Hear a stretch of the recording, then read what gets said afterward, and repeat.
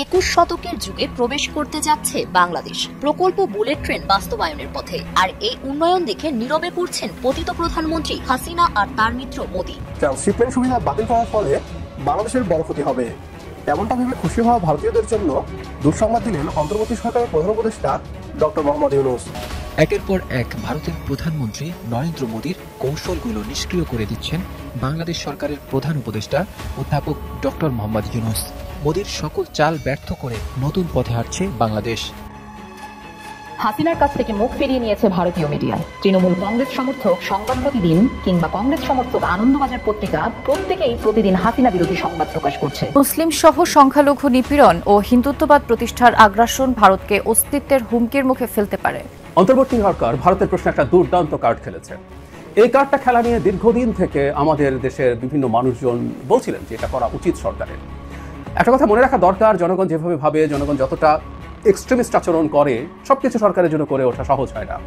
ফলে সরকার যে স্টেপটা নিয়েছে এটা কি খুব এক্সট্রিম কিছু হলো, যেটা আলটিমেটলি ভারতের সাথে বাংলাদেশের সম্পর্ককে আরো ধ্বংস করে দেবে এবং আমাদের জন্য যেটা ভালো কিছু হবে না, নাকি এই পদক্ষেপটা আদতে আমাদের জন্য ভালো হচ্ছে, সেটা নিয়ে আলাপ করা দরকার। আসসালামু আলাইকুম দর্শক, নতুন একটা নিউজে আপনাকে স্বাগতম। প্রিয় দর্শক, কাউন্টার অ্যাটাকে বাংলাদেশ, ভারতের বাণিজ্যে ধস। এবার 1 ডজন ভারতীয় পণ্য নিষিদ্ধ করল বাংলাদেশ।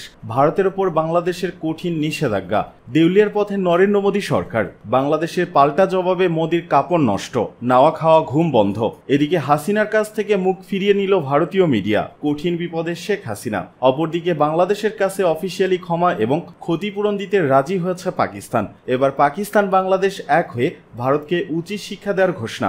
বাংলাদেশের কাউন্টার অ্যাটাকে ভারতের বাণিজ্যে ধস, কোটি কোটি ডলারের ক্ষতি, দেউলিয়ার পথে নরেন্দ্র মোদী। শেখ হাসিনার নতুন বিপদ এবং পাকিস্তান বাংলাদেশ এক হয়ে ভারতকে উচিত শিক্ষা দেওয়ার ঘটনা ও প্রেক্ষাপট নিয়ে করা আমাদের আজকের ভিডিওটি অত্যন্ত গুরুত্বপূর্ণ। ভিডিওটি শুরু থেকে শেষ পর্যন্ত ধৈর্য সহকারে দেখে একটি লাইক দিয়ে সবাইকে শেয়ার করে দিন। আমাদের চ্যানেলে নতুন হলে চ্যানেলটি সাবস্ক্রাইব করে পাশে থাকা বেল আইকনে ক্লিক করে রাখুন। আমাদের ভিডিওটি আপনি বাংলাদেশের কোন জেলায় বসে দেখছেন বা শুনছেন সেটি অবশ্যই কমেন্ট বক্সে কমেন্ট করে জানিয়ে দিতে ভুলবেন না। একের পর এক ভারতের প্রধানমন্ত্রী নরেন্দ্র মোদীর কৌশলগুলো নিষ্ক্রিয় করে দিচ্ছেন বাংলাদেশ সরকারের প্রধান উপদেষ্টা অধ্যাপক ডক্টর মোহাম্মদ ইউনূস। মোদীর সকল চাল ব্যর্থ করে নতুন পথে হাঁটছে বাংলাদেশ। বাংলাদেশকে নিয়ন্ত্রণ করার জন্য মোদীর সকল অপপ্রচেষ্টা এখন মুখ থুবড়ে পড়ছে। যে বাংলাদেশকে মোদী একটি দুর্বল প্রতিবেশী দেশ ভেবেছিল, আজ সেই বাংলাদেশের কারিগরের ফেলে রাখা জালে একের পর এক আটকে যাচ্ছে মোদীর চাল। খেলা এবার শুরু। ডক্টর মোহাম্মদ ইউনূস মোদীকেই ফিরিয়ে দিলেন মোদীর কথা। এ যেন ইটের বদলে পাটকেল। সম্প্রতি বাংলাদেশের জন্য ভারতের ট্রান্সশিপমেন্ট সুবিধা বাতিল করা হয়। এই সুবিধা ব্যবহার করে বাংলাদেশ বিশ্বের বিভিন্ন দেশের সাথে বাণিজ্য করত, কিন্তু হঠাৎই এই সুবিধা বাতিল করে ভারত। ভারতের পররাষ্ট্র মন্ত্রণালয়ের ব্যাখ্যা ছিল তাদের বন্দরে ভিড় বেড়ে গেছে, কিন্তু মোটেও সেটি হওয়ার কথা নয়। কারণ বাংলাদেশ থেকে যে পরিমাণের পণ্য ভারত হয়ে বিশ্বের বিভিন্ন দেশে যায়, তুলনা করতে গেলে তা খুবই কম। এতে করে বোঝাই যায় ভারত কেন এই পদক্ষেপ নিয়েছে। ভারত সরকারের ধারণা ছিল এই ট্রান্সশিপমেন্ট বাতিলের ফলে চাপে পড়বে বাংলাদেশ, কিন্তু হিতে বিপরীত। এবারও বাংলাদেশ দাবার কোটে মোদীর চালকে কোট আউট করল। বুদ্ধিদীপ্ত ডক্টর মোহাম্মদ ইউনূস চুপচাপ, কোনো প্রতিক্রিয়া নেই। এ যেন শিকার ঘায়েল করার ঠিক আগ মুহূর্তের নিরাপত্তা। দুপা পিছিয়ে সামনের দিকে থাবা। এবার জবাব দেবার পালা। বিশ্ব খেলোয়াড় ডক্টর মোহাম্মদ ইউনূস দেখিয়ে দিলেন বাংলাদেশ আর মাথা নোয়াবার জায়গায় নেই। এখন আর কাউকে পূজা নয়, বরং প্রতিনিধিত্বের দিন। আর তাই তো ভারত থেকে আমদানি করা বেশ কিছু পণ্যের উপর নিষেধাজ্ঞা জারি করে বাংলাদেশ। ভারত থেকে বাংলাদেশে বিপুল পরিমাণে সুতা আমদানি হতো, আর এই সুতা রপ্তানি করে ভারত বাংলাদেশ থেকে কোটি কোটি ডলার আয় করত। কিন্তু বাংলাদেশের এই নিষেধাজ্ঞায় সেই পথ বন্ধ হয়ে গেল। এ নিয়ে বাংলাদেশের জবাবও ছিল ভারতের পররাষ্ট্র মন্ত্রণালয়ের মতো। এটি ভারতের বিরুদ্ধে নয়, বরং স্থানীয় উৎপাদকদের সুরক্ষার জন্য। গত 5ই আগস্ট হাসিনা সরকারের পতনের পর বাংলাদেশের ভিসা বন্ধ করে দেয় ভারত।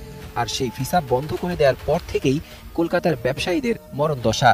বাংলাদেশি পর্যটক না থাকায় কলকাতার হোটেল মোটেল এখন বন্ধ প্রায়।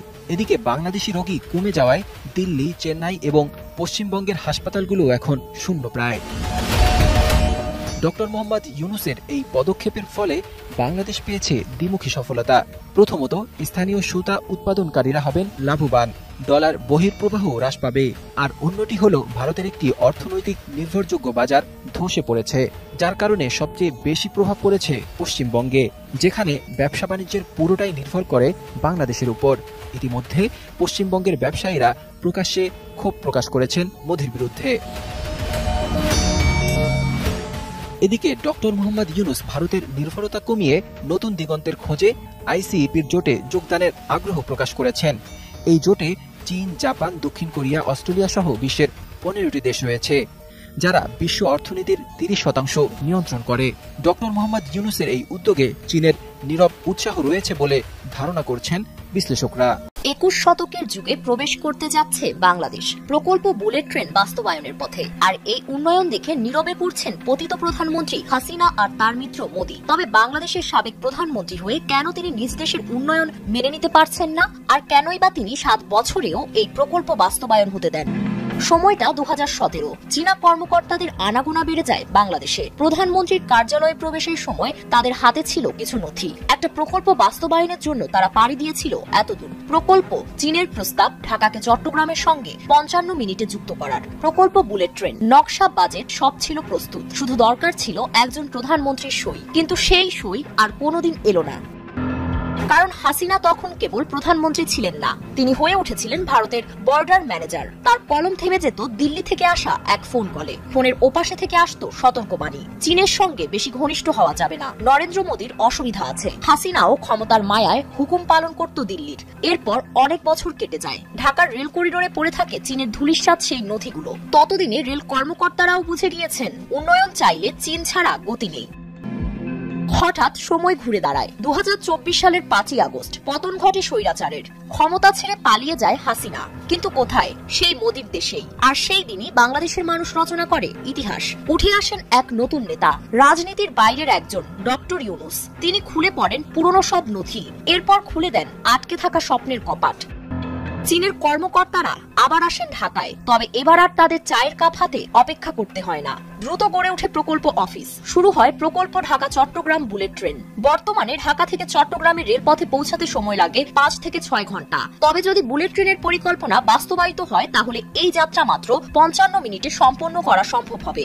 এই ট্রেন ঘন্টায় 300 কিলোমিটার গতিতে ছুটে চলবে নতুন বাংলাদেশকে সঙ্গে নিয়ে। 6টি মেগা স্টেশন ঘিরে তৈরি হবে নতুন শিল্পাঞ্চল। বাংলাদেশের ব্যবসা বাণিজ্য, পর্যটন ও জনজীবন যোগাযোগে আসবে অভাবনীয় পরিবর্তন। আর এসব কিছু জানতে পেরে মোদির বুকের ভেতর জ্বলছে তুষের আগুন। দিল্লির চোখ যেদিকে যাচ্ছে সেদিকেই এখন তাদের জন্য মরুভূমি। আর তাদের বহুদিনের মিত্র হাসিনা কলকাতার অন্ধকার এক ঘরে পুরনো খবরের কাটিং হলুদ হয়ে যাওয়া ফাইল আর নিঃসঙ্গতা নিয়ে বসে আছেন। তার সামনেই দুটি ছবি, একটিতে ডক্টর ইউনূস হাসছেন কোনো এক রেল স্টেশনের উদ্বোধনী অনুষ্ঠানে, আরেকটিতে নীরব এক স্বৈরাচার যে ভেঙে দিতে চেয়েছিল দেশের মেরুদণ্ড।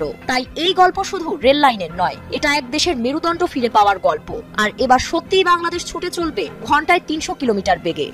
পাকিস্তানকে দিতে হবে 53,000 কোটি টাকা। একই সঙ্গে 1971 সালে গণহত্যার জন্য ক্ষমা চাইতে হবে। শৈত্য কাটিয়ে দ্বিপাক্ষিক সম্পর্ক এগিয়ে নিয়ে যাওয়ার বিষয়ে একমত হয়েছে বাংলাদেশ এবং পাকিস্তান। গোটা বিষয়ের দিকে নজর রাখছে Bharat.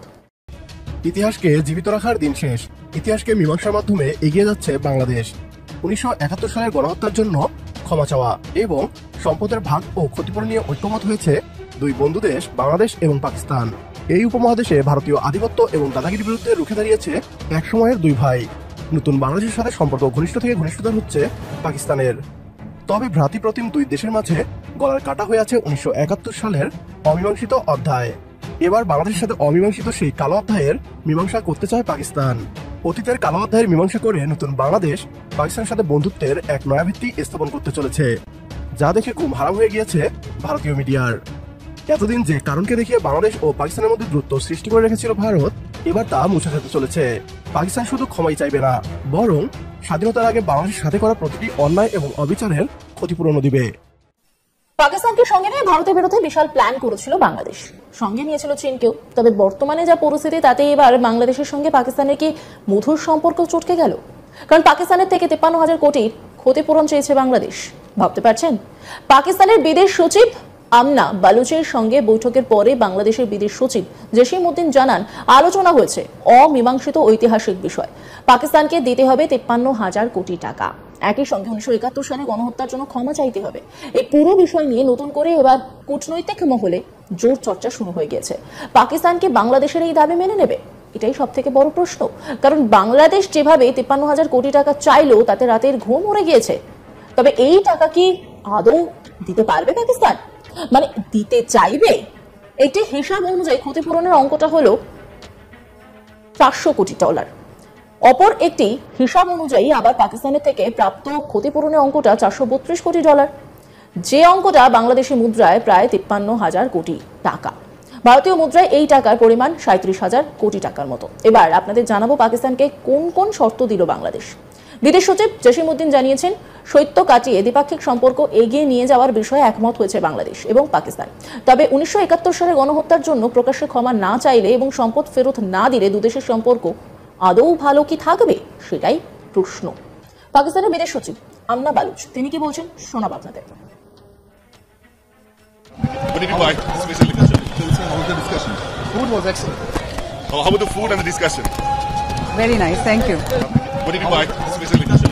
How was the discussion? Food was excellent. How about the food and the discussion? Very nice, thank you. এখন প্রশ্ন হলো যে পাকিস্তানকে নিজের ইশারায় নাচাতে চাইছে বাংলাদেশ। সেই সঙ্গে বাংলাদেশের বিদেশ সচিব জানিয়েছেন, সেই অমীমাংসিত ঐতিহাসিক বিষয়গুলি দ্রুত সমাধানের মাধ্যমে কল্যাণমুখী সম্পর্ক গড়ে তোলার বিষয়ে আলোচনা হয়েছে। একদিকে যখন পাকিস্তানের সঙ্গে বাংলাদেশের সম্পর্ক নিয়ে আলোচনা হচ্ছে বিভিন্ন মহলে, সেখানে এই পরিস্থিতিতে টাকা চাওয়ার বিষয়টি নিয়ে নতুন করে কি তাহলে কূটনৈতিক জল্পনা বেড়ে গেল? গোটা বিষয়ের দিকে নজর রাখছে ভারত। ভারতকে সুবিধা দিতে 1971 সালকে জীবিত করে রেখেছিল সাবেক স্বৈরাচার সরকার, যেখানে আমেরিকা এবং জাপান দ্বিতীয় বিশ্বযুদ্ধের ধ্বংসযজ্ঞের পরও আজ ঘনিষ্ঠ বন্ধু। সেই জায়গায় বাংলাদেশ এবং পাকিস্তান এখনো মীমাংসা করতে পারেনি। দ্বিতীয় বিশ্বযুদ্ধের পর জাপান ক্ষমা চেয়েছে এবং আমেরিকাকে তাদের আর্থিক ক্ষতিপূরণ দিয়েছে। আজ এই দুই দেশ শুধু ঘনিষ্ঠ বন্ধুই নয়, বরং পৃথিবীর দুই পরাশক্তি। বাংলাদেশে চালানো গণহত্যা এবং বাংলাদেশের সম্পদের লুটপাটের ক্ষতিপূরণ দিয়ে বন্ধুত্বের এক মজবুত ভিত্তি স্থাপনের সুযোগ এসেছে পাকিস্তানের সামনে। বাংলাদেশ ও পাকিস্তানের বৈঠক দেখে হিংসায় জ্বলে যাচ্ছে দাদারা। বিগত 54 বছরের ষড়যন্ত্রের ইতি ঘটাতে চলেছে ডক্টর মোহাম্মদ ইউনূসের নেতৃত্বাধীন অন্তর্বর্তী সরকার। ভারতীয় আধিপত্য থেকে মুক্ত হতে বাংলাদেশ ও পাকিস্তানের মধ্যে ঘনিষ্ঠ সম্পর্ক এখন সময়ের দাবি। একমত হলে কমেন্ট বক্সে ইয়েস লিখে জানিয়ে দিন আমাদের। সেই সাথে ভিডিও শেয়ার করে দেখার সুযোগ করে দিন আপনার বন্ধুদের। অন্তর্বর্তী সরকার ভারতের প্রশ্নে একটা দুর্দান্ত কার্ড খেলেছে। এই কার্ডটা খেলা নিয়ে দীর্ঘদিন থেকে আমাদের দেশের বিভিন্ন মানুষজন বলছিলেন যে এটা করা উচিত সরকারের। একটা কথা মনে রাখা দরকার, জনগণ যেভাবে ভাবে, জনগণ যতটা এক্সট্রিমিস্ট আচরণ করে, সবকিছু সরকারের জন্য করে ওঠা সহজ হয় না। ফলে সরকার যে স্টেপটা নিয়েছে, এটা কি খুব এক্সট্রিম কিছু হলো যে এটা আলটিমেটলি ভারতের সাথে বাংলাদেশের সম্পর্ককে আরো ধ্বংস করে দেবে এবং আমাদের জন্য যেটা ভালো কিছু হবে না, নাকি এই পদক্ষেপটা আদতে আমাদের জন্য ভালো হচ্ছে, সেটা নিয়ে আলাপ করা দরকার। আমি প্রায় একটা কথা বলি যে জনগণ যেভাবে চায় একটা সরকার হুবহু সেভাবে রেসপন্ড করতে পারে না। জনগণ জনগণের মতো করে করবে, সরকার তার মতো করে করবে। যাই হোক, যে কথাটা বলছিলাম, ভারতের সংখ্যালঘুদের নিরাপত্তা নিয়ে বাংলাদেশ কনসার্ন জানিয়েছে। দীর্ঘদিন থেকে আমরা এই আলাপ করেছি, আমাদের জনপরিসরে, আমাদের সোশ্যাল মিডিয়াতে এই আলাপ ভুরি ভুরি হয়েছে যে ভারত লিস্ট কোনো রাইট রাখে কিনা যে তার নিজের দেশের সংখ্যালঘু, সব সংখ্যালঘু, শুধু মুসলিম না, মুসলিম, খ্রিস্টান এবং যারা টেকনিক্যালি হিন্দু সেই রকম মানুষ, দলিতদের ওপরে যে নিপীড়ন চালায়, সেই ভারত আবার আরেক দেশের সংখ্যালঘু নিয়ে কথা বলে। এই আলাপ আমরা করেছি। যাই হোক, প্রেস সচিব গতকাল দুর্দান্তভাবে কিছু মন্তব্য করেছেন, আমি এগুলো একটু পড়তে চাই। এখানে অন্তর্বর্তী সরকারের পরিস্থিতি অবস্থান তুলে ধরেছেন। ভারতের মুর্শিদাবাদে যে সাম্প্রদায়িক দাঙ্গা হচ্ছে সে প্রসঙ্গে তিনি বলেন, মুর্শিদাবাদের সাম্প্রদায়িক সহিংসতায় বাংলাদেশকে জড়ানোর যে কোনো চেষ্টাকে আমরা দৃঢ়ভাবে প্রত্যাখ্যান করি। ইনফ্যাক্ট এটা চেষ্টা হয়েছে। তিনি বলেন, বাংলাদেশ সরকার মুসলিমদের উপর হামলা এবং তাদের জানমালের নিরাপত্তার ঘটনার নিন্দা জানায়। আমরা ভারত সরকার এবং পশ্চিমবঙ্গ সরকারকে সংখ্যালঘু মুসলিম জনগোষ্ঠীর পূর্ণ নিরাপত্তা নিশ্চিত করার জন্য সব ধরনের পদক্ষেপ গ্রহণের আহ্বান জানাই। একদম ক্লিয়ারলি বলেছেন এটা দরকার ছিল। এটার জবাব আবার ভারত দিয়েছে। সেখানে বেশ কঠোরভাবেই আমি বলবো, তাদের ভাষা সফট ছিল না, বেশ কঠোর ভাষায় তারা যে স্টেটমেন্ট দিয়েছে তাদের ফেসবুক পেজে আমি পেলাম। সেখানে তারা বলার চেষ্টা করেছেন যে বাংলাদেশ তার দেশের সংখ্যালঘুদের ওপরে যে অন্যায় অত্যাচার নিপীড়ন হচ্ছে সেটার প্যারালাল টানার জন্য এটা করছে অর্থহীনভাবে, এবং বলছে যে এখানে এসব না করে বরং বাংলাদেশ তার চেষ্টা করা উচিত তার মাইনরিটিদের রাইট প্রোটেক্ট করা। বাংলাদেশ প্রসঙ্গে তারা বলছেন যে এখানে ক্রিমিনাল পারপিট্রেটার্স অফ সাচ অ্যাক্টস, মানে এখানে বাংলাদেশে যে সংখ্যালঘুদের উপরে ক্রিমিনাল মানে কাজ করছে, ক্রিমিনালি এই কাজগুলো করছে, এরকম লোকজন এসে এইরকম করছে, সেটার সাথে একটা প্যারালাল টানার চেষ্টা করা হচ্ছে এবং বাংলাদেশকে মনোযোগ দিতে বলা হচ্ছে। আমরা যদি এভাবে ধরি, বাংলাদেশ সরকারের সংখ্যালঘুদের উপরে আক্রমণ নিয়ে যে অভিযোগ ভারত দীর্ঘদিন থেকে করছে, বিশেষ করে 5 অগস্টের পর থেকে, সেটায় তাদের মূল অভিযোগ হচ্ছে এই হামলাগুলো কমিউনাল ছিল। আমরা যে ডিবেটটা শুরু থেকে করেছি, আবার একটু টেনে বলি, সেটা হচ্ছে আমরা বলেছি হিন্দু কমিউনিটির উপরে হামলা হয়েছে এবং এগুলো আসলে আওয়ামী লীগ হিসাবে হয়েছে, আওয়ামী লীগ হিসাবে তাদের উপরে হামলা হয়েছে, যেমন মুসলিম আওয়ামী লীগদের উপরে হয়েছে। আমরা কোনো হামলাকে সমর্থন করি না, মানে আওয়ামী লীগ করে বলে কোনো হিন্দু, মুসলিম, বুদ্ধিস্ট, খ্রিস্টান কারো উপরে হামলা হতে পারে না। আমি অন্তত এই কথা জোর গলায় বলতে পারি, কারণ আমি প্রথম দিন থেকে এটার বিরুদ্ধে কথা বলেছি। আমি এটাকে জায়েজ করছি না, কিন্তু ডিসইনফরমেশন যাতে না হয়। কোনো কমিউনাল কারণে খুব অল্প হাতে গোনা 2-1টা হতে হয়েছিল, কমিউনাল কারণে হোক, পলিটিক্যাল কারণে হোক, কোনো হামলা আসলে হওয়া উচিত হতো না।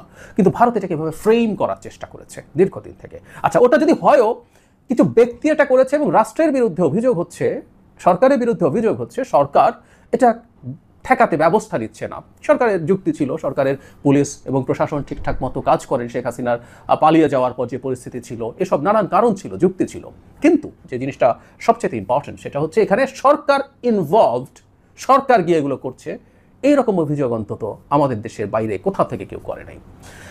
ভারত এখানে ব্যক্তিকে ব্লেম করছে, কিছু ব্যক্তি গিয়ে এই ধরনের কাজ করছে, আর ভারত বলছে আমরা প্যারালাল টানছি। সরি, ভারতের কাছে আমরা ক্লিয়ারলি বলতে চাই, ভারতকে আমরা প্যারালাল হিসাবে টানি না। বাংলাদেশে যদি কিছু কমিউনাল হামলা হয়েও থাকে, সেটা ব্যক্তি করেছে এবং আমাদের রাষ্ট্রকে আমরা, সরকারকে আমরা জবাবদিহির মুখে আনতে চাইছি যে সরকার এগুলো ঠেকাতে হবে, সরকার এগুলো ঠেকাতে হবে এবং তাকে ওই ব্যর্থতা দিই। আর ভারতে এমন একটা সরকার ক্ষমতায় আছে যে সরকারটা রাষ্ট্রীয়ভাবে সংখ্যালঘুদের উপরে নিপীড়ন চালাচ্ছে, ওটাই তাদের রাজনীতি।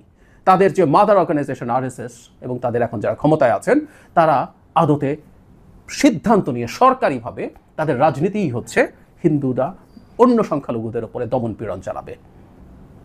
গত নির্বাচনের সময় অন্য নেতাদের কথা বাদ দেই, মোদির স্পিচে হেট স্পিচ গুনে গুনে দেখিয়েছিল তার স্পিচে কি পরিমাণ মাইনরিটি, বিশেষ করে মুসলিমদের বিরুদ্ধে হেট স্পিচ আছে।